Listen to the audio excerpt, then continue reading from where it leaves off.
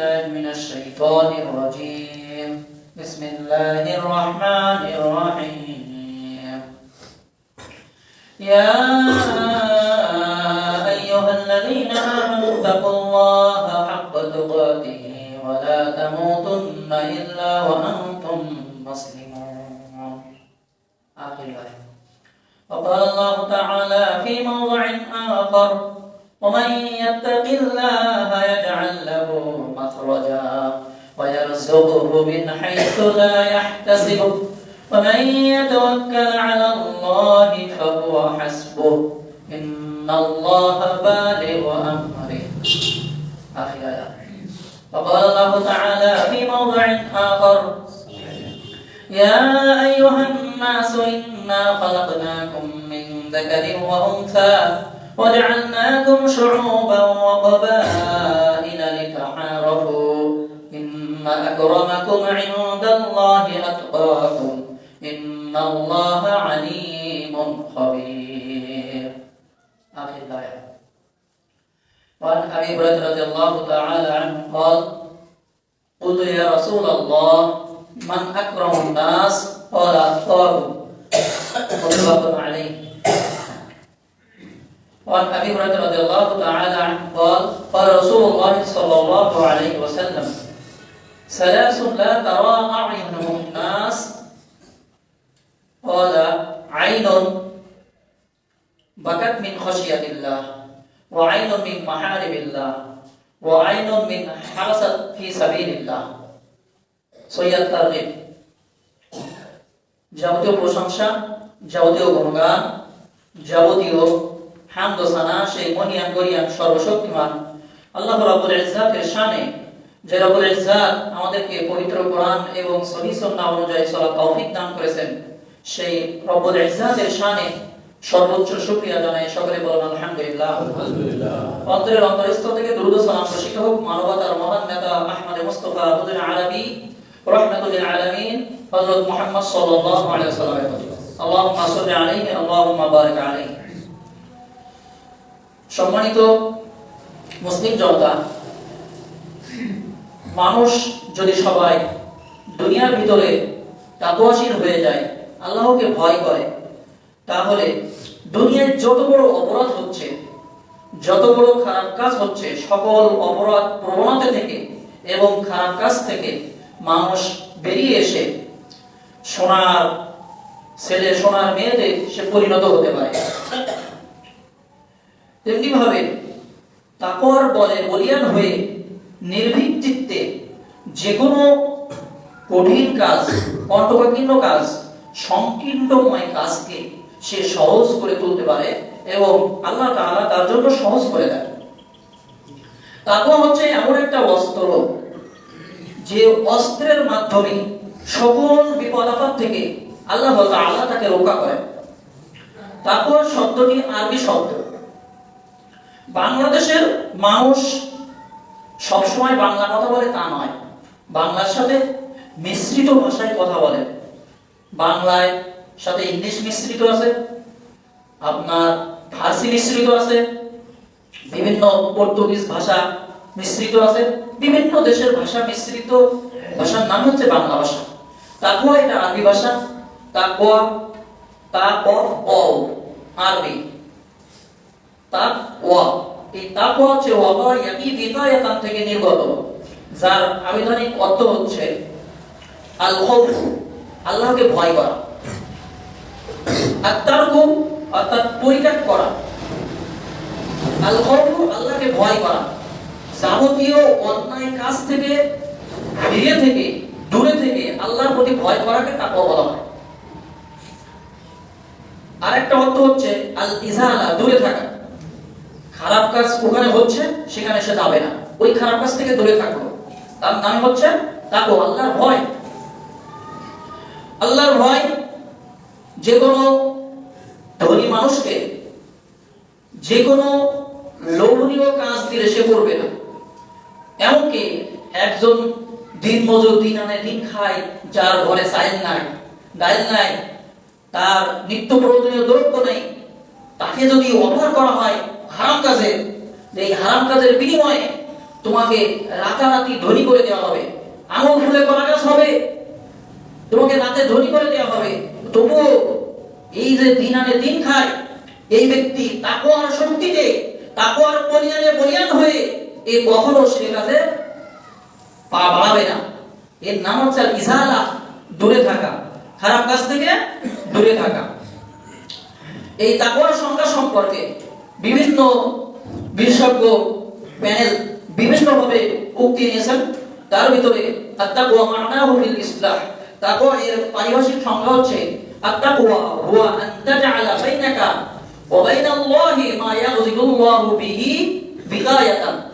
তাকওয়া হচ্ছে বান্দা এবং আল্লাহ ক্রোধের মাঝে দূরত্বকে তাকওয়া বলা হয়। এমন কাজ করলেন বান্দার সাথে আল্লাহর ক্রোধ হয়, আল্লাহর রাগ হয়, আল্লাহর গজবে পরিণত হতে হয়, এই কাজকে তাকওয়া বলা হয়। আরবিতে একটি প্রবাদ বাক্য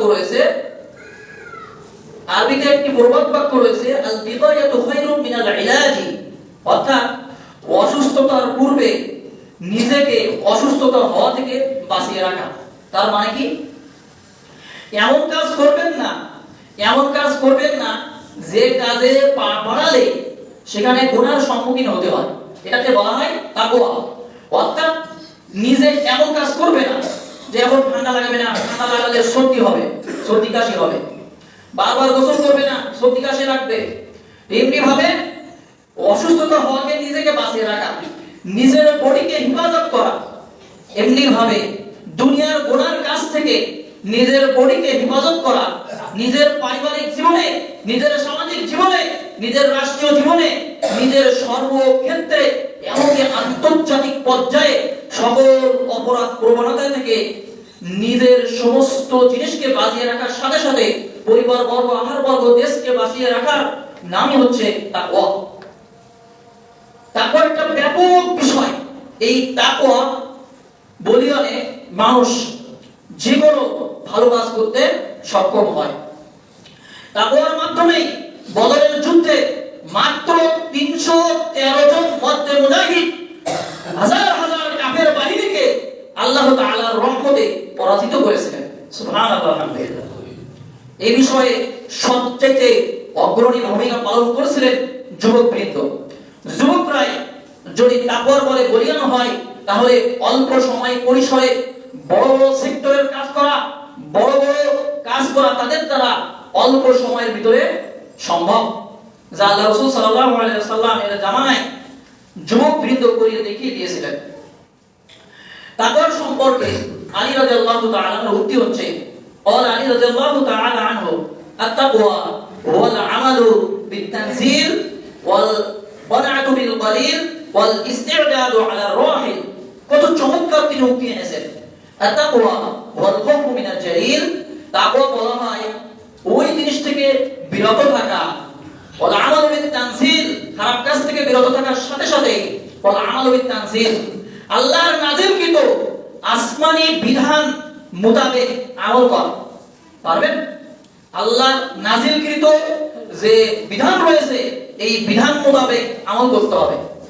ওয়াল কানাআতু বিল কলিল, অল্পে সন্তুষ্ট থাকতে হবে। কে পারবে অল্প সন্তুষ্ট থাকতে? কে পারবে? অল্প সন্তুষ্ট না মানুষ এখন।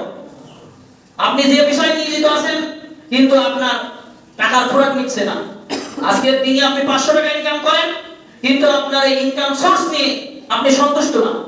এমনকি আপনার ওয়াইফ বাড়ির যে আপনার সবচেয়ে ভালো দেখে সেও আপনার ইনকামে সন্তুষ্ট না। সে বলছে এই বাড়ির পাশের লোক সে প্রত্যেকদিন 1000 টাকা ইনকাম করে, আপনি আপনার মতো ইনকাম করতে পারেন না।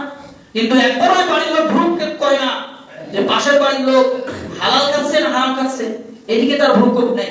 তার হিংসা, সে দোতলা দিয়েছে তোমাকেও দোতলা দিতে হবে, তুমি কেন পারো না? সে পারে, তুমি কেন পারো না? আপনাকে প্রেশার দিচ্ছে কিন্তু হালাল ইনকামের প্রতি ব্রত হচ্ছে না। মাশাআল্লাহ, আলহামদুলিল্লাহ, এমন অনেক মা বোন আছে যারা তাদের স্বামীকে মেন্টালি সাপোর্ট দিয়ে থাকেন, মানসিক সাপোর্ট দিয়ে থাকেন যে আমি এক কাপড়ে থাকবো, আমি সাদা সিধা খেতে পছন্দ করি, আমি ডাল খেতে পছন্দ করি, আমি সাধারণ খাবার খেতে পছন্দ করি, তুমি হালাল ইনকামের প্রতি ব্রতী হও, হালাল ইনকামের প্রতি তুমি আত্মনিয়োগ করো, নিজেকে নিয়োজিত রাখো। আমি ওরকম দালান করা চাই না, ওরকম আমি বিভিন্ন রেশমি কাপড় চাই না, আমি সাদাসিধা জীবন পছন্দ করি। আল্লাহ রাসূল সাল্লাল্লাহু আলাইহি ওয়াসাল্লাম সব সময় সাদাসিধা জীবন পছন্দ করতেন। আল্লাহ রাসূল সাল্লাল্লাহু আলাইহি ওয়াসাল্লাম ঘুমিয়ে রয়েছেন, শুয়ে রয়েছেন, শোয়ার পর থেকে উঠেছেন। আলী রাদিয়াল্লাহু তাআলা দেখলেন তার পিঠে চাটাইয়ের দাগ রয়েছে, চাটাইয়ের দাগ পড়ে রয়েছে। আলী রাদিয়াল্লাহু তাআলা বললেন, আপনি দেখেন না এই যে কিসরার বাদশা রোমের সম্রাট হিরাক্লিয়াস, এদেরকে বিশাল অট্টালিকা, বিশাল প্রাসাদ, এমনকি তাদের বিছানা নরম, একবারে খুব সুন্দর, তাদের কখনো পিঠে দাগ হয় না। আপনি যদি চান তাহলে আপনার জন্য আমরা এরকম ব্যবস্থা করি। আল্লাহ রাসূল সাল্লাল্লাহু আলাইহি ওয়াসাল্লাম বললেন, মা ওয়াল দুনিয়া, দুনিয়ার সাথে আমার কিসের সম্পর্ক? দুনিয়ার সাথে আমার কিসের সম্পর্ক? সুবহানাল্লাহ, আলহামদুলিল্লাহ। তিনি বললেন, আমার সম্পর্ক হচ্ছে দুনিয়ার সাথে এরকম, যেমন ভাবে একটা মুসাফির এসে একটা গাছের নিচে আশ্রয় নিল, অথবা সেই আশ্রয় থেকে কিছুক্ষণ পরে সে চলে গেল, এরকম ভাবে আমি দুনিয়া থেকে এভাবেই চলে যাব। মানা আল্লাহুম্মা ইনি মিসকিনান ওয়া আনতিনি মিসকিনা, আল্লাহ আমি দুনিয়ায় মিসকিন অবস্থায় এসেছি আর তুমি আমাকে মিসকিন অবস্থায় মৃত্যু দান করো। সুবহানাল্লাহ। আল্লাহ রাসূল হচ্ছেন আইডিয়াল ম্যান। গোটা বিশ্ব জগতের জন্য আমাদের একজন মহান আদর্শ মহিয়াসী পুরুষ হযরত মুহাম্মদ সাল্লাল্লাহু আলাইহি ওয়াসাল্লাম, যার আদর্শ আজকে আমরা অনুসরণ করতে পারি। সুবহানাল্লাহ, আলহামদুলিল্লাহ। এই যে আমরা বলছি সুবহানাল্লাহ, আলহামদুলিল্লাহ, বাংলাদেশের আজকের এটিএম ছেলেমেয়ে, আজকের বুদ্ধিজীবী, সে বলতে চাচ্ছে যে একজনকে আমি জিজ্ঞাসা করলাম কেমন আছো, সে বলল আলহামদুলিল্লাহ। তারপরে বললাম যে আগামীকাল কি তুমি আমার সাথে দেখা করতে পারবে? সে বলল ইনশাআল্লাহ আমি দেখা করতে পারবো। সুবহানাল্লাহ, আমি এই কাজটা করতে পারবো। তার কথা হচ্ছে এই বুদ্ধিজীবীর মতামত এই যে মানুষ কেন সে আরবিতে বলবে ইনশাআল্লাহ, আলহামদুলিল্লাহ, সুবহানাল্লাহ, এগুলো কেন বলবে? সে তো বাংলা ভাষাভাষী লোক, সে বাংলা ভাষায় করতে বলতে পারতো যে কেমন আছো, আমি ভালো আছি। এই কথার অর্থ এই নয় যে আরবি না বললেই তার কোনো গুনাহ হবে, বিষয়টা এরকম নয়, বরঞ্চ তার বাংলা বলা উচিত ছিল। তার মন্তব্য এটাই। এই বুদ্ধিজীবীকে বলতে চাই, বিশেষ করে এডিএম চ্যানেলকে বলতে চাই যে এই যে আপনারা এরকম বুদ্ধিজীবী নিয়োগ করেন, যে বুদ্ধিজীবী আসলে বুদ্ধি তো নাই, এ হলো মূর্খজীবী। এই মূর্খজীবী এ নিজে ইসলামের শত্রু, এমনকি এ কখনো ইসলাম সম্পর্কে ভ্রুক্ষেপ করার চেষ্টা করে নাই, বোঝার কখনো চেষ্টা করে নাই। মানুষকে যদি জিজ্ঞাসা করা হয় হাউ আর ইউ, তুমি কেমন আছো, তখন সে সর্বপ্রথম একজন মুসলিম ছাত্রা কা বান্দা है, এই মুসলিম ছাত্রা বান্দা সে সব সময় বলবে আলহামদুলিল্লাহ, with the lord merciful I am fine, thank you.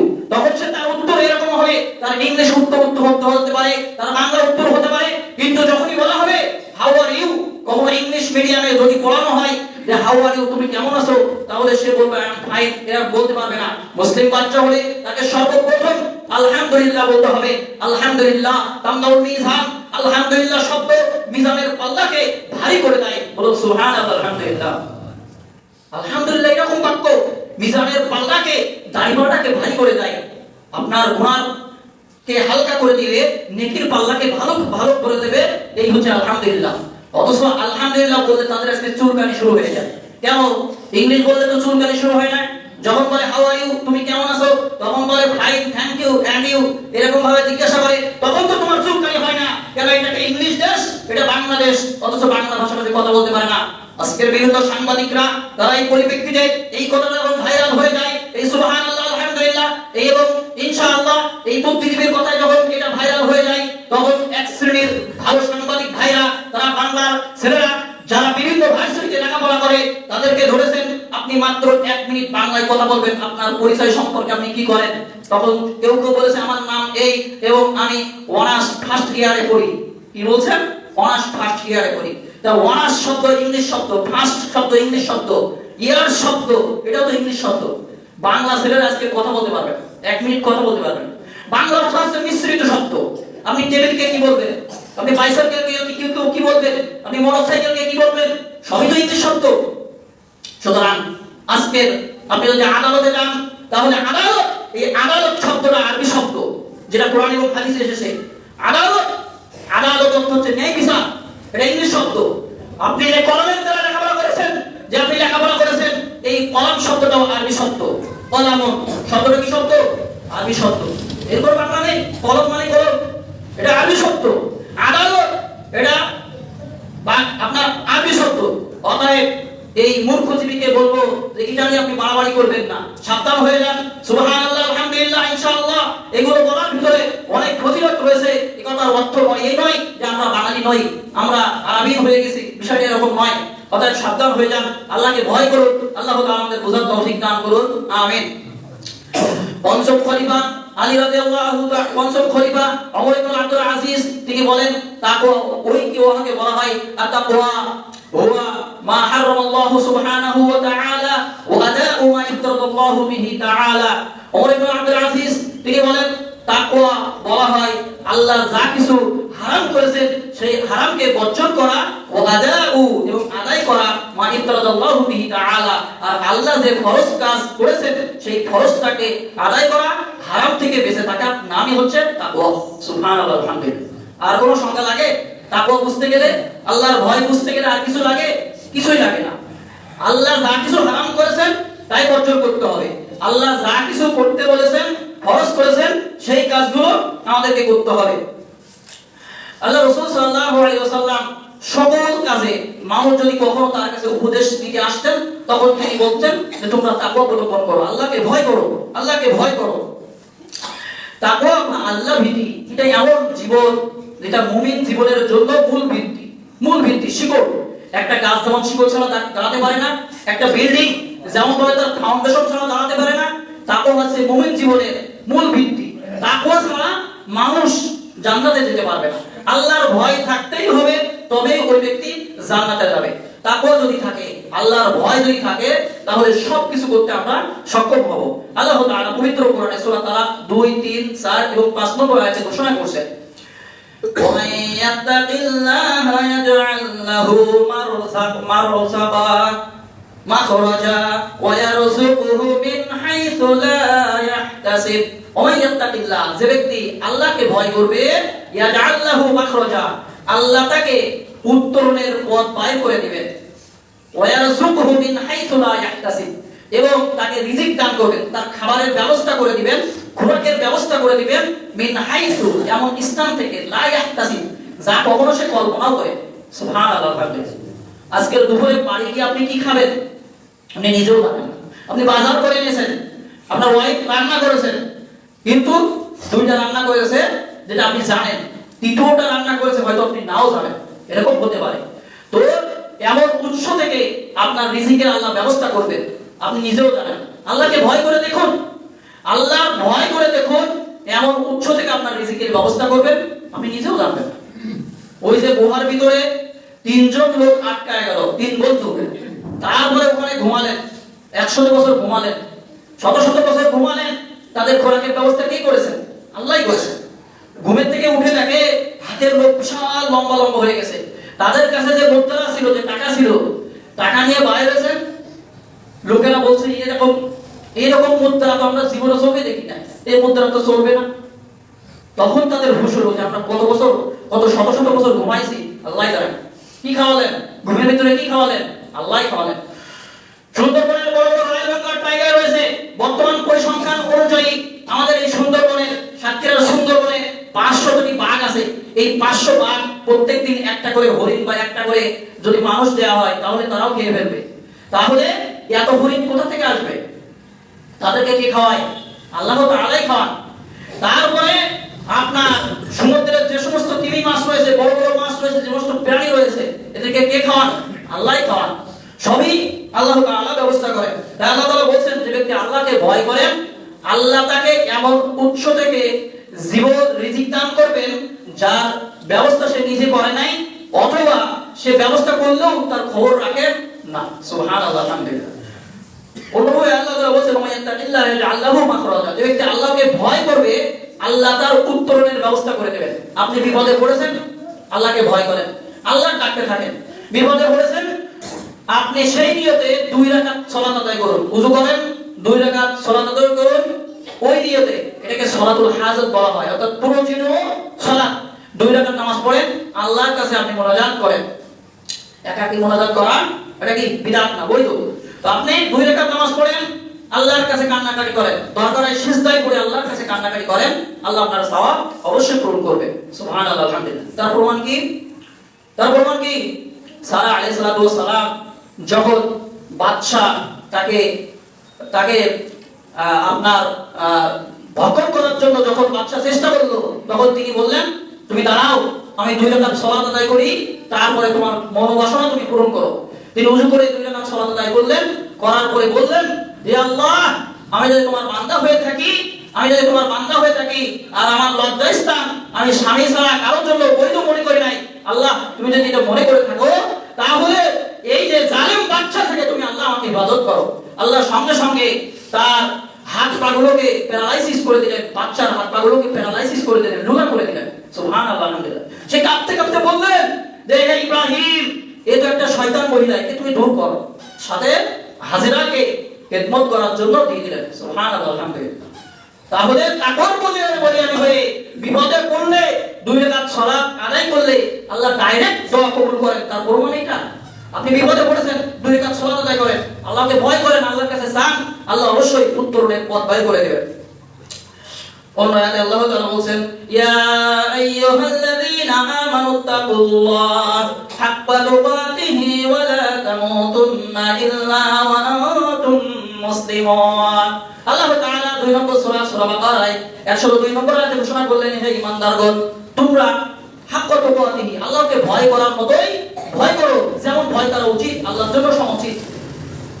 দুনিয়ায় কোনো ভালো ব্যক্তিবর্গ আসলে, প্রধানমন্ত্রী যদি এখানে চলে আসে, তাহলে মানুষ কেমন ভয় করবে, তার জন্য কোনো কিছুই না করবে, ভালো জামা কাপড় পরবে, তার সাথে দেখা করার জন্য অন্য মন্ত্রী মিনিস্টাররা কি করে, সাধারণত বাংলাদেশের একজন রাষ্ট্রপ্রধান, এমনকি অন্য দেশের রাষ্ট্রপ্রধান আসলেও কিভাবে তারা সকল ব্যবস্থাপনা করে। অথচ সমস্ত বিশ্বের মহারাজ, সমস্ত বিশ্বের যে সৃষ্টিকর্তা, সব কিছু সৃষ্টিকর্তা মহান আল্লাহ তাআলার সামনে আমরা কেমন ভাবে দণ্ডায়মান হব, কেমন ভাবে আমরা দাঁড়াবো, আমাদের সেটা কি একবার কল্পনা করতে হবে না? অনেকেই মসজিদে আসে, আসার সময় বিশেষ করে জুমার এসেছে খেয়াল করে নাই, বাড়ির ওয়াইফও খেয়াল করে নাই, নিজেও খেয়াল করে নাই, জামা কাপড় কি পরবে, একটা গেঞ্জি আছে, এই কোন রকম সেটা পরে মসজিদে চলে আসছে। কিন্তু জুমার দিন এটা তো নিয়ম না। আপনি যখন দুনিয়ার একটা ভাবে একটু ইমাজিন করেন, কল্পনা করেন, মনে করেন, একটু ভাবেন, বোঝেন যে আপনি যখন দুনিয়ায় কোনো ভালো ব্যক্তিবর্গের সাথে দেখা করবেন, তখন কি এরকম সাধারণ গেঞ্জি পরে আপনি মসজিদে আসবেন, বন্য জায়গায় যাবেন? তো আপনি গোটা বিশ্বের যিনি মহারাজ, তার সাথে আপনি দেখা করতে এসেছেন। সালাত মানে কি? ইন্না আহাদাকুম ইদা সাল্লা ইউনাজি রাব্বাহু, বুখারী 631 নম্বর হাদিস। যখন তোমাদের কেউ সালাতে দাঁড়ায়, তখন সে তার প্রভুর সাথে কথোপকথন করে, তার প্রভুর সাথে মুনাজাত করে, তার প্রভুর সাথে ডাইরেক্ট আলাপ হয়। সুবহানাল্লাহ, আলহামদুলিল্লাহ। কোনো কথা নেই। তা আপনি আল্লাহর সঙ্গে সাক্ষাৎ করতে এসেছেন, তা আপনি কেন গেঞ্জি গায়ে এসেছেন? আপনার বাড়িতে সবচেয়ে বেস্ট আপনার পোশাক রয়েছে, আপনি সেটা বসে আসেন। এমনও মানুষ আছে যে মসজিদে এসেছে, টুপি নাই, জুমার দিন টুপি নাই। তো মুসলিমদের শিয়ার এই টুপিটা কি পরা কি সুন্নাত? এটা না বললে কোনো হবে, বিষয়টা এরকম না, কিন্তু সুন্নাত। আল্লাহ রাসূলের সুন্নাতকে জীবিত করতে হবে, সুন্নাত রাখতে হবে। আপনি মুসলমান, অতএব জুমার দিনে আপনার পোশাক পরিচ্ছদ সুন্দর থাকবে, পরিষ্কার থাকবে, সাথে সাথে টুপি পরে মসজিদে আসবেন। আল্লাহ তাআলা বুঝার তৌফিক দান করুন। এটা হচ্ছে আল্লাহর ভয়। এভাবে আল্লাহর ভয়কে আমাদের জন্য বাড়াতে হবে। আল্লাহ তাআলা বলেন, যে ব্যক্তি সূরা রহমান 46 নম্বর আয়াত, যে ব্যক্তি আল্লাহর সঙ্গে সাক্ষাৎ করবে, এটাকে যে ব্যক্তি চায়, কামনা করে, ইচ্ছা করে, তার জন্য রয়েছে 2টা জান্নাত। সুবহানাল্লাহ, আলহামদুলিল্লাহ। আল্লাহ তাআলা পবিত্র কোরআনে সূরা রহমানের 46 নম্বর আয়াতে ঘোষণা করলেন, ওয়ালিমান খাফা মাকামা রাব্বিহি জান্নাতান। যে ব্যক্তি দয়াময় আল্লাহর সঙ্গে সাক্ষাৎ করতে চায়, যে ব্যক্তি আল্লাহর সঙ্গে দণ্ডায়মান হতে চায়, আল্লাহর সামনে দাঁড়াতে চায়, আল্লাহর ভয়ে ভীত হয়ে দাঁড়াতে চাই, তার জন্য রয়েছে 2টা জান্নাত। সুবহানাল্লাহ, আলহামদুলিল্লাহ। একটা জান্নাত নয়, 2টা জান্নাত। আল্লাহ তাআলা সূরা হুজুরাত 13 নম্বর আয়াতে ঘোষণা করেছেন, ইয়া আইয়ুহান নাস ইন্না খালাকনাকুম মিন যাকারি ওয়া উনসা ওয়া জাআলনাকুম শুউবান ওয়া ক্বাবাইলা লিতাআরাফু। হে মানুষ সকল, আমি তোমাদেরকে সৃষ্টি করেছি বিভিন্ন গোত্র গোষ্ঠীতে, ওয়া ক্বাবাইলা, বিভিন্ন কবিলা। কবিলা বলা হয় বিভিন্ন জাতি গোষ্ঠীতে। বাংলাদেশের চৌধুরী গোষ্ঠী, সরদার, মোড়ল, শেখ, মন্ডল, বিভিন্ন ভাবে গ্রুপ রয়েছে, চৌধুরী গ্রুপ রয়েছে, এই যে বিভিন্ন গোত্রতে আল্লাহ তাআলা বিভক্ত করেছেন। এটা এই কারণে যে লিতাআরাফু, যাতে তারা একে অপরকে চিনতে পারে। কেউ কালো, কেউ সাদা, কেউ বা উঁচা লম্বা ভেটে, বিভিন্ন ধরনের আল্লাহ তাআলা সৃষ্টি করেছেন। এটা আল্লাহ তাআলার সৃষ্টি রহস্য। অতএব এটা এই কারণে করেছেন লিতাআরাফু, যাতে আমরা পরিচিত হতে পারি। একই রকম চেহারা বানালে সমস্যা, পরিচয় লাভ হয় না, এটার ভিতরে কোনো মজা নেই। বিভিন্ন রকম হয়েছে, এটা পরিচয় লাভ করতে পারে, কে আব্দুর রহমান, কে আব্দুল্লাহ, কে মুহাইমিন, এরকম ভাবে পরিচয় লাভ করবে। তবে এত সব কিছুর ভিতরেও ইন্না আকরামাকুম ইনদাল্লাহি আতকাকুম, তোমাদের ভিতরে ওই ব্যক্তি হচ্ছে সর্বোত্তম ব্যক্তি, যে ব্যক্তি আল্লাহকে ভয় করে। সুবহানাল্লাহ, আলহামদুলিল্লাহ। আমরা দুনিয়ার ভিতরে মনে করি যে সবচেয়ে বড় চাকরি করে সে সবচেয়ে বড় সম্মানিত, যে সচিবালয়ে চাকরি করে সে সবচেয়ে বড় সম্মানিত, যে মন্ত্রী মিনিস্টার যে তারা সবচেয়ে বড় সম্মানিত, দুনিয়ায় যে টাকাওয়ালা, যে সবচেয়ে পয়সাওয়ালা টাকাওয়ালা সে বড় সম্মানিত, দুনিয়ায় সার সবচেয়ে বেশি টাকা রয়েছে, প্রভাব রয়েছে, ক্ষমতাশালী রয়েছে, সেই হচ্ছে সবচেয়ে সম্মানিত। কিন্তু আল্লাহ তাআলা পবিত্র কোরআনে বললেন দুনিয়ার এত সব কিছুর ভিতরে এরা সবচেয়ে সম্মানিত নয়, বরং যে ব্যক্তি আল্লাহকে বেশি ভয় করে, ইন্না আকরামাকুম ইনদাল্লাহি আতকাকুম, যে ব্যক্তি আল্লাহকে ভয় করে ওই ব্যক্তি হচ্ছে আল্লাহর কাছে সবচেয়ে সম্মানিত। বলুন সুবহানাল্লাহ, আলহামদুলিল্লাহ। অতএব আল্লাহকে ভয় করতে হবে। অত্র আয়াতগুলো থেকে প্রমাণিত হয় যে ব্যক্তি আল্লাহকে ভয় করবে আল্লাহ তাকে ক্ষমা করে দিবেন। এক নম্বর কি করবেন? ক্ষমা করে দিবেন। আল্লাহ তাকে কঠিন মুহূর্তে বিপদ থেকে উদ্ধার করবেন। এমন উৎস থেকে, 3 নম্বর, এমন উৎস থেকে তাকে রিজিকের ব্যবস্থা করবেন যার কল্পনাও সে কখনো করে নাই। সুবহানাল্লাহ, আলহামদুলিল্লাহ। এরকম হয় না যে এই জায়গায় আমি খাবো কি খাবো না এটা আল্লাহ তাআলা ছাড়া কেউ জানে না, আমি নিজেও জানি না। তো রিজিকের মালিক আল্লাহ, এমন উৎস থেকে খাবারের ব্যবস্থা করেন যে কেউ জানে না। যদি আল্লাহকে ভয় করি 4 নম্বর, তাহলে আল্লাহ তাআলা আমাদেরকে সম্মান দান করবেন। অন্য আয়াতে রয়েছে আল্লাহ তাআলা বলেন যে ব্যক্তি আল্লাহকে ভয় করবে ইকাফির আনহু সাইয়্যাতিহি, আল্লাহ তার গুনাহ মিটিয়ে দিবেন। ও তারপরে আল্লাহ তাকে মানদণ্ড দান করবেন। মানদণ্ড বলতে কোনটা ভালো কোনটা মন্দ আপনি বুঝতে পারবেন। যে ব্যক্তি আল্লাহকে ভয় করবে, কোনটা সত্য কোনটা মিথ্যা সেটা বুঝতে পারবেন। এটা যদি হয় তাহলে তো সে জ্ঞানী ব্যক্তি। কিভাবে? একজন জজ সে বিচার কিভাবে সঠিক ফয়সালা দেবে বুঝতে পারছে না। তো সে যদি আল্লাহকে ভয় করে তাহলে আল্লাহ তাআলা তাকে মানদণ্ড দান করবেন, সত্য মিথ্যা সে পার্থক্য বুঝতে পারবে। সুবহানাল্লাহ, আলহামদুলিল্লাহ। এবং তার গুনাহটা মিটিয়ে দিবেন, তাকে ক্ষমা করে দিবেন। সুবহানাল্লাহ, আলহামদুলিল্লাহ। এইজন্য তাকওয়ার অপরিসীম গুরুত্ব রয়েছে। আল্লাহ তাআলা বলেন তাকওয়াশীল লোকই জান্নাতে যাবে। এই ব্যাপারে নিশ্চয়তা দিতে গিয়ে রাসূল সাল্লাল্লাহু আলাইহি ওয়াসাল্লাম সহিহ তারহিব 4709 নম্বর হাদিসে উল্লেখ করলেন, আবু হুরায়রা রাদিয়াল্লাহু তাআলা আনহু قال রাসূলুল্লাহ সাল্লাল্লাহু আলাইহি ওয়াসাল্লাম লা ইয়ালিজুন নার রাজুলুন বাকা মিন খাশিয়াতিল্লাহ। আল্লাহ তাআলা রাসূল সাল্লাল্লাহু আলাইহি ওয়াসাল্লাম বলেন লা ইয়ালিজুন নার, ওই ব্যক্তি জাহান্নামে প্রবেশ করবে না। ওই ব্যক্তি জাহান্নামে প্রবেশ করবে না বাকা মিন খাশিয়াতিল্লাহ, যে ব্যক্তি আল্লাহর ভয়ে চোখ থেকে অশ্রু নির্গত করে। সুবহানাল্লাহ, চোখ থেকে তার পানি ঝরে আল্লাহর ভয়ে। দুনিয়ার কোনো মানুষের ভয় নাই, দুনিয়ায় বাপ পিটাবে এ ভয়ে পানি বের করে না।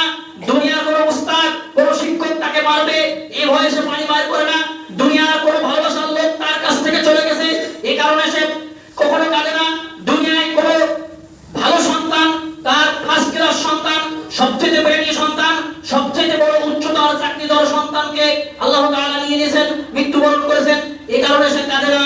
একমাত্র কালে সে আল্লাহর ভয়ে যখন কোন লৌকিকতা মুক্ত ভাবে রাতের আধারে তাহাজ্জুদ গুজার বান্দাই হয়ে 2 রাকাত সালাত আদায় করে আল্লাহর ভয়ে যদি এক ফোঁটা চোখ থেকে অশ্রু নির্গত হয় তবেই বোঝা যাবে আল্লাহর ভয়। আর এই চোখ এমনকি এই লোক কখনো জাহান্নামে যাবে না। সুবহানাল্লাহ, আলহামদুলিল্লাহ। আর এই ব্যক্তির জন্য জাহান্নামে যাওয়া এরকম ভাবে অসম্ভব। হাত্তা ইয়াউদাল লাবানু ফি যরই, মাশাআল্লাহ, আলহামদুলিল্লাহ। এটা কতই না আধুনিক যুগে কতই না চমৎকার কথা। আল্লাহ রাসূল সাল্লাল্লাহু আলাইহি ওয়াসাল্লাম বলেন ওই ব্যক্তির জাহান্নামে যাওয়া অসম্ভব। যে ব্যক্তি আল্লাহকে ভয় করে এইভাবে অসম্ভব। যেমন ভাবে গাভীর কোলান থেকে দুধ বাইর করলে ওই দুধ যেমন ভাবে গাভীর বাটে আবার পৌঁছানো অসম্ভব। সুবহানাল্লাহ, আলহামদুলিল্লাহ। বুঝতে পারেন নাই? দুনিয়ার বিজ্ঞানীরা আজকে অনেক জিনিস আবিষ্কার করেছেন, কিন্তু কোনো বিজ্ঞানী এটা এখনো পর্যন্ত আবিষ্কার করতে পারে নাই যে গাভীর দুধ পায়ে করব আবার ওই দুধ আবার গাভীর ভিতরে দিব। এরকম কোনো যন্ত্র কোনোদিন কেউ আবিষ্কার করতে পারে নাই।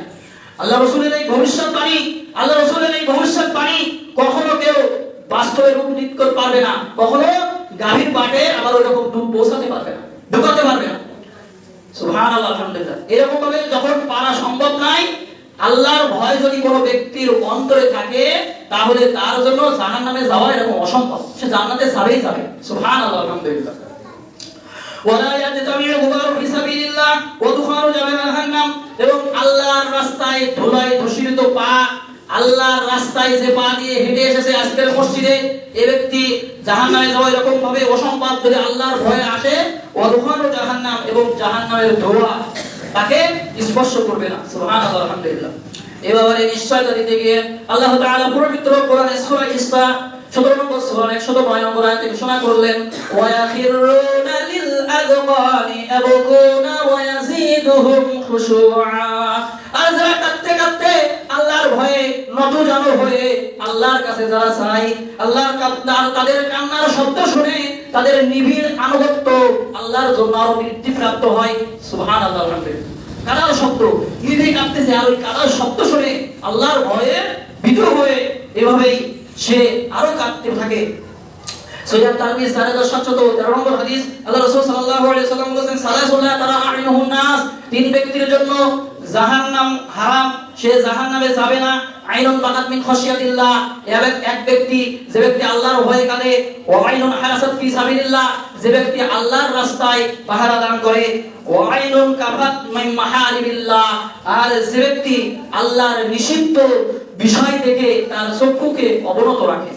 আল্লাহর নিষিদ্ধ বিষয়, একজন ছেলে মানুষের পাশে যুবক মানুষের সামনে দিয়ে একটা মেয়ে যদি যায় তাহলে তার থেকে ভ্রুক্ষেপ করবে না। এটা আল্লাহর ভয়। কার ভয়ে? সে তার দিকে তাকাচ্ছে না, আল্লাহর নিষিদ্ধ বস্তু, তার সাথে তার বিবাহ হয় নাই, অতএব তার দিকে তাকাতে পারবে না। এমনি ভাবে একজন মহিলা সে পুরুষের দিকে তাকাবে না। এটা হচ্ছে আল্লাহর ভয়, আল্লাহর নিষিদ্ধ বস্তু থেকে সে নিজের চক্ষুকে হেফাজত করবে। সহিহ তারমিজি 1014 নম্বর হাদিস, আল্লাহ রাসূল সাল্লাল্লাহু আলাইহি ওয়াসাল্লাম বলেছেন, আল্লাহর নিকটে দুইটি ফোঁটা বা দুইটা বিন্দু এবং দুইটা চিহ্নর চেয়ে প্রিয় কিছু নেই। এক হচ্ছে আল্লাহর ভয়ে চোখ থেকে অশ্রু নির্গত হওয়া। আল্লাহর ভয়ে আপনি কাঁদছেন, যে কোনো একটা মুহূর্তে আপনি 2 রাকাত সালাত আদায় করুন, 2 রাকাত সালাত আদায় করুন, এমন ভাবে আল্লাহর কাছে কান্নাকাটি করুন যে সত্যি সত্যি আল্লাহর ভয়ে আপনার চোখ থেকে অশ্রু নির্গত হয়। আর 2 নম্বর হচ্ছে আল্লাহর প্রিয় চিহ্ন হচ্ছে আল্লাহর পথে জখমের চিহ্ন। আল্লাহর পথে গিয়েছেন ইসলামের খেদমত করতে গিয়ে, আপনি যদি শহীদ হয়ে যান, আপনার যদি কোনো অঙ্গহানি হয়, তবে সেটা আল্লাহর জন্য হয়েছে। এই আল্লাহর কাছে এই দুটি জিনিস সবচেয়ে প্রিয়। আল্লাহ রাসূল সাল্লাল্লাহু আলাইহি ওয়াসাল্লাম যখন যুদ্ধের কোনো সেনাপতিকে পাঠাতেন, যুদ্ধের সেনাপতি যিনি সেনাপতির দায়িত্ব পালন করবে, অবশ্যই তার আল্লাহর ভয় আছে যে যুদ্ধে সবার অগ্রণী থাকবে, আগে থাকবে, তাহলে তাকে আগে হত্যা করা অবশ্যই বুঝতে হবে যে আমি যদি সেনাপতি হই তাহলে আমি আগেই শহীদ হব। তো এই ব্যক্তিকে আল্লাহ রাসূল সাল্লাল্লাহু আলাইহি ওয়াসাল্লাম সব সময় তাকওয়ার কথা বলতেন, আল্লাহর ভয় করতে বলতেন, যে তুমি আল্লাহর ভয় করো, তুমি যুদ্ধে যাচ্ছ আল্লাহর ভয় করো। মুআয বিন জাবাল রাদিয়াল্লাহু তাআলা আনহুকে একবার আল্লাহ রাসূল সাল্লাল্লাহু আলাইহি ওয়াসাল্লাম বলেন, সহিহ ইবনে হিব্বান 646 নম্বর হাদিস, আন মুআয বিন জাবাল রাদিয়াল্লাহু তাআলা আম্মা বা'দ রাসূল সাল্লাল্লাহু আলাইহি ওয়াসাল্লাম ইলা ইয়ামানি খরাজা মা রাসূল সাল্লাল্লাহু আলাইহি ওয়াসাল্লাম ইউসিহি বিতাকওয়া। আল্লাহ রাসূল সাল্লাল্লাহু আলাইহি ওয়াসাল্লাম যদি মুআয বিন জাবাল বাইর হলেন, তখন তিনি তাকে তাকওয়ার উপদেশ দিয়ে দিলেন। তিনি বললেন যে আমার পরে, এই বছরের পরে হয়তোবা আমার এই মসজিদ অর্থাৎ মসজিদ নববী এবং আমার কবরের পাশ দিয়ে তুমি অতিক্রম করবে। এই কথা শুনে মুআয বিন জাবাল রাদিয়াল্লাহু তাআলা তার চোখ থেকে অশ্রু নির্গত হচ্ছে, তিনি কেঁদে ফেলছেন। তখন তিনি বললেন, ইন্না আউলান নাস বিল মুত্তাকিন, নিশ্চয়ই যারা আল্লাহকে ভয় করে তাদের সঙ্গেই আমার আগে দেখা হবে। সুবহানাল্লাহ। মাকানো ওয়া হাইতু কানু, সে যেখানেই থাকুক না কেন, যে অবস্থায় থাকুক না কেন, যে কর্মসংস্থানে থাকুক না কেন, তাকওয়ার কারণে, আল্লাহর ভয়ের কারণে তার সঙ্গে আমার আগে দেখা হবে। বলুন সুবহানাল্লাহ। অতএব আমরা বাংলাদেশে থেকেও যদি আল্লাহর ভয়ে আমরা যে কোনো ভালো কাজ করতে পারি, তাহলে আল্লাহ রাসূল সাল্লাল্লাহু আলাইহি ওয়াসাল্লামের সাথে আমাদের দেখা হবে। বিশাল একটা লম্বা হাদিস, এই লম্বা হাদিসের সারসংক্ষেপ সহ বক্তব্য শেষ করছি। আল্লাহ রাসূল সাল্লাল্লাহু আলাইহি ওয়াসাল্লাম ইবনে সারিয়া রাদিয়াল্লাহু থেকে বর্ণিত, তিনি বলেন যে আমরা আল্লাহ রাসূল সাল্লাল্লাহু আলাইহি ওয়াসাল্লামের সাথে একদিন সালাত আদায় করলাম। সুম্মা আকবালা আলাইনা বিওয়াজহিহি ফাওয়াদানা মাউইদাতান বালিগাতান যারাফাত মিনহুল উয়ুন। আমরা সালাত আদায় করলাম আল্লাহ রাসূলের সাথে। সালাত আদায় করার পরে আল্লাহ রাসূল সাল্লাল্লাহু আলাইহি ওয়াসাল্লাম আমাদেরকে এমন ওয়াজ করলেন যে বালিগাতান শব্দের অর্থ হচ্ছে কথা হবে অল্প, কথা হবে কি অল্প, সংক্ষিপ্ত কথা, কিন্তু তার ভাবার্থ এবং সেই ভাষার যে বড়ত্ব এটা অনেক গভীর, অনেক গভীর। অল্প কথায় অধিক উত্তর, অল্প কথায় অধিক উত্তর, এরকম কঠিন একটা ভাষণ দিলেন। জালাফাত মিনহাল উয়ুন, আমাদের চোখ দিয়ে অশ্রু নির্গত হলো। ওয়াজাফাত মিনহাল কুলুব, ওয়াজালাত মিনহাল কুলুব, এবং আমাদের অন্তরগুলো হৃদয় বিগলিত হয়ে গেল, আমাদের অন্তর গলে গেল। সুবহানাল্লাহ, আলহামদুলিল্লাহ। ফাকালা কাইলুন ইয়া রাসূলুল্লাহ, এক ব্যক্তি বললেন কান্না হাযিহি মাউইযাতুন মুআদ্দি, আমার মনে হচ্ছে এটা হচ্ছে বিদায়ী ভাষণ। আল্লাহ রাসূল আপনি আরো বলুন। ফাআসিনা ফাকালা উসিকুম বিতাকাল্লাহ, তোমরা আল্লাহকে ভয় করবে, এটাই হচ্ছে সবচেয়ে বড় উপদেশ। ওয়াসসামি'i ওয়াত তাআতি, আর কথা শ্রবণ করবে, ওয়াত তাআতি এবং আনুগত্য করবে। ওয়া ইন কানা আবদান হাবশিয়ান, আর তোমাদের কারো যদি হাবশি গোলামকে যদি আমির নিযুক্ত করা হয় তবুও তোমরা তার কথা শুনবে এবং মানবে। অতএব যারা এলাকার মারণ মুতব্বার, যারা গুরুজন, অর্থাৎ যাদেরকে আমরা বড় মনে করি, তারা যদি ভালো কথা বলে তাহলে তাদের কথাও শুনতে হবে, তাদের আনুগত্য করতে হবে।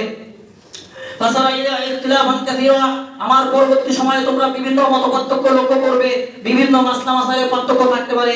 তামাসসাকু বিহা ওয়া উযু আলাইহা বিন নাওয়াজির, তোমরা আমার সুন্নাতকে দাঁতের মাড়ি দ্বারা আঁকড়ে ধরবে, খুব শক্ত করে মজবুত করে তোমরা আমার সুন্নাতকে আঁকড়ে ধরবে। ওয়া ইয়্যাকুম মুহদাসাতিল উমুর, তোমরা সাবধান হয়ে যাও নতুন আবিষ্কার জিনিস হতে, যেটা মুহাম্মদ সাল্লাল্লাহু আলাইহি ওয়াসাল্লামের দ্বীনের ভিতরে নাই। ফাইন্না কুল্লা মুহদাসাতিন বিদআহ, নিশ্চয়ই প্রত্যেক নতুন আবিষ্কার হচ্ছে বিদআত। ওয়া কুল্লু বিদআতিন যালালাহ, আর প্রত্যেক বিদআত হচ্ছে পথভ্রষ্টা। ওয়া কুল্লু যালালাতিন ফিন্নার, আর প্রত্যেক পথভ্রষ্ট হচ্ছে জাহান্নাম। এখন অনেকেই মনে করেন যে নতুন আবিষ্কার বিদআত, তাহলে নতুন আবিষ্কার মোবাইল ফোন, ঘড়ি, তারপরে বিভিন্ন ইলেকট্রনিক সাইট, এগুলো তো আল্লাহ রাসূলের যুগে ছিল না। আল্লাহ রাসূলের যুগে তো এই ধরনের মসজিদ ছিল না, কাঁচা মসজিদ ছিল, পাকা মসজিদ ছিল না। তাহলে কি এগুলো বিদআত? আমরা যে মাইকে বক্তব্য দিচ্ছি, বিভিন্ন চ্যানেলের মাধ্যমে কাজ করছি, এগুলো কি বিদআত? এগুলো বিদআত না।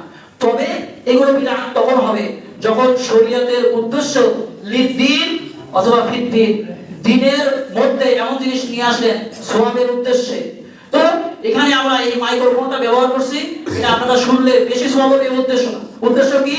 এটার মাধ্যমে সকলের কর্ণগহ্বরে যাতে আপনার কানের ভিতরে তাড়াতাড়ি পৌঁছায়। মাইকে আজান দিচ্ছেন এই কারণে যে বেশি সওয়াব হবে তাই, তা না। এই কারণে আপনি আজান দিচ্ছেন যে মানুষ অনেক দূর দূরান্ত থেকে এই আজানটা শুনতে হবে, তাহলে এটা বিদআত না। দ্বীনের ভিতরে সওয়াবের উদ্দেশ্য নতুন আবিষ্কার হলো বিদআত, আর এই বিদআতগুলো থেকে সাবধান হতে হবে। সর্বোপরি তাকওয়ার বলিয়ান হতে হবে। আল্লাহ তাআলা তাকওয়ার মাধ্যমে আমাদেরকে সকল সমস্যার সমাধান করে দিবেন। আমরা যেন আল্লাহকে ভয় করে সকল অপরাধ প্রবণতা থেকে বাঁচতে পারি। আল্লাহ তাআলা আমাদের সবাইকে সেই তৌফিক দান করুন। আমিন। ওয়া আখিরু দাওয়ানা আলহামদুলিল্লাহি রাব্বিল আলামিন।